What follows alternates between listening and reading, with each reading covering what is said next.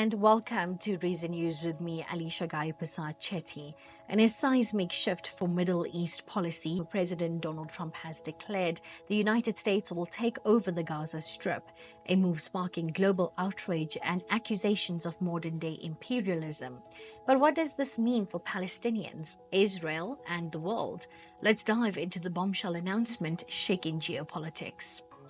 At a fiery joint press conference with Israeli PM Benjamin Netanyahu, Trump unveiled his vision, which he said the US will take over Gaza, dismantle weapons, and develop it into the Riviera of the Middle East. Here's the video. The US will take over the Gaza Strip, and we will do a job with it too. We'll own it and be responsible for dismantling all of the dangerous unexploded bombs and other weapons on the site. Level the site and get rid of the destroyed buildings, level it out, create an economic development that will supply unlimited numbers of jobs and housing for the people of the area.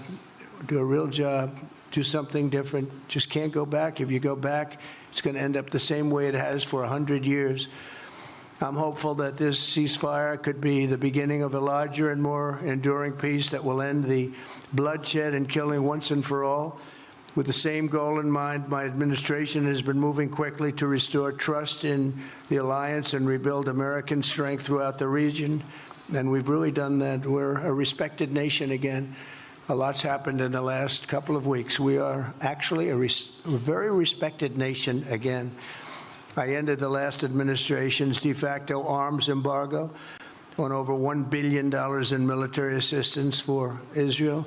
And I'm also pleased to announce that this afternoon, the United States withdrew from the anti-Semitic UN Human Rights Council and ended all of the support for the UN Relief and Works Agency, which funneled money to Hamas and which was very disloyal to humanity. Today, I also took action to restore a maximum pressure policy on the Iranian regime, and we will once again enforce the most aggressive possible sanctions, drive Iranian oil exports to zero, and diminish the regime's capacity to fund terror throughout the region and throughout the world. We had no threat when I left office. Iran was not able to sell oil. Nobody was buying oil because I said, don't buy it. If you buy it, you're not doing any business with the United States. And Hamas was not being funded. Hezbollah was not being funded. Nobody was being funded. There would never have been an October 7th.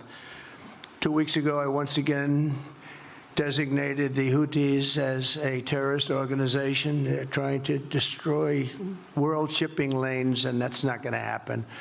And over the weekend, I ordered airstrikes against senior ISIS leaders hiding in Somalia, and took them out.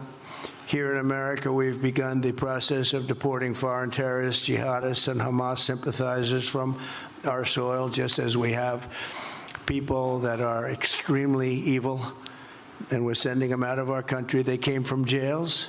They came from mental institutions and insane asylums, and they were dumped into our country. They're gang members. We're getting them out at numbers that nobody can actually believe. And every single country is taking those people back. They said they would never take them back, and they're all taking them back, and they're taking them back very gladly.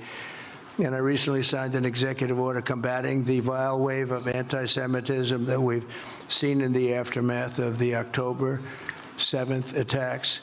Together, America and Israel will renew the optimism that shined so brightly just 4 years ago. It was really a bright, beautiful light.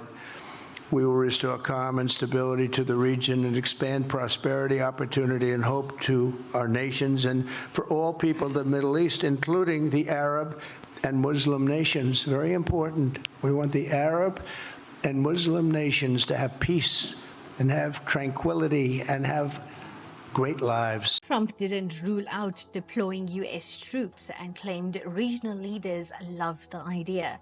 But critics are asking, where will 2 million Palestinians go?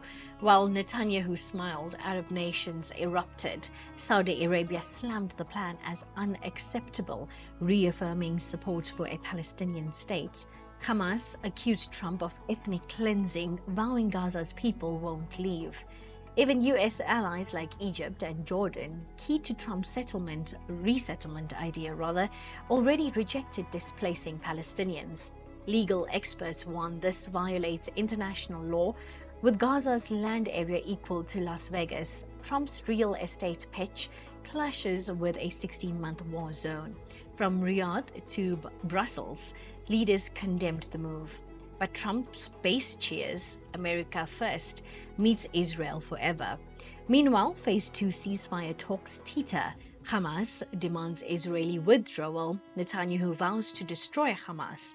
Here's what some of the residents of Gaza has to say to Trump's plan. هذه بلادنا بدهم دولتين حياهم الله بدهم مش احنا قاعدين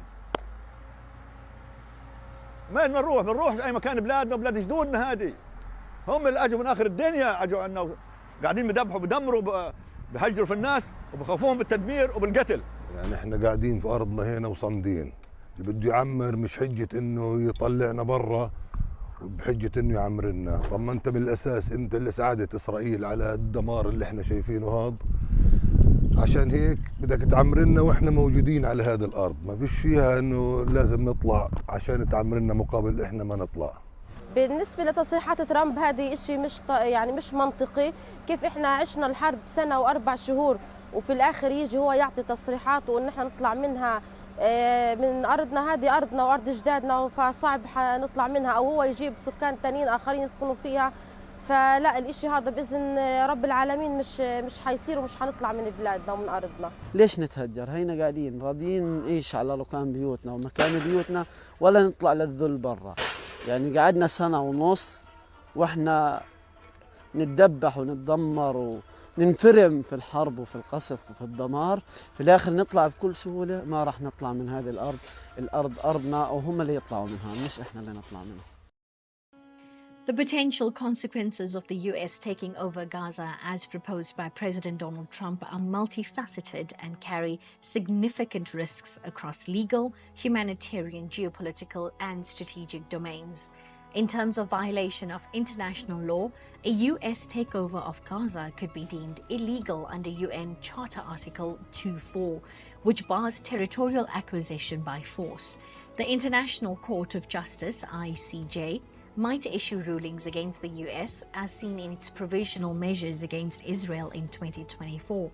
Over 47,000 Palestinians killed and 90% displaced during the war could face further trauma and instability. A US-led Gaza takeover would entrench Israeli control, eroding prospects for Palestinian statehood. Trump's proposal to take over Gaza risks unprecedented legal, humanitarian, and geopolitical fallout, destabilizing the Middle East and undermining US global standing. While framed as a transformative economic opportunity, the plan disregards international law, regional realities, and the aspirations of Palestinians, threatening to deepen cycles of violence and displacement. Now, if you want more content, please follow us, subscribe, like our videos, and share them only on Reason News. Until then, stay informed, stay curious, and stay updated.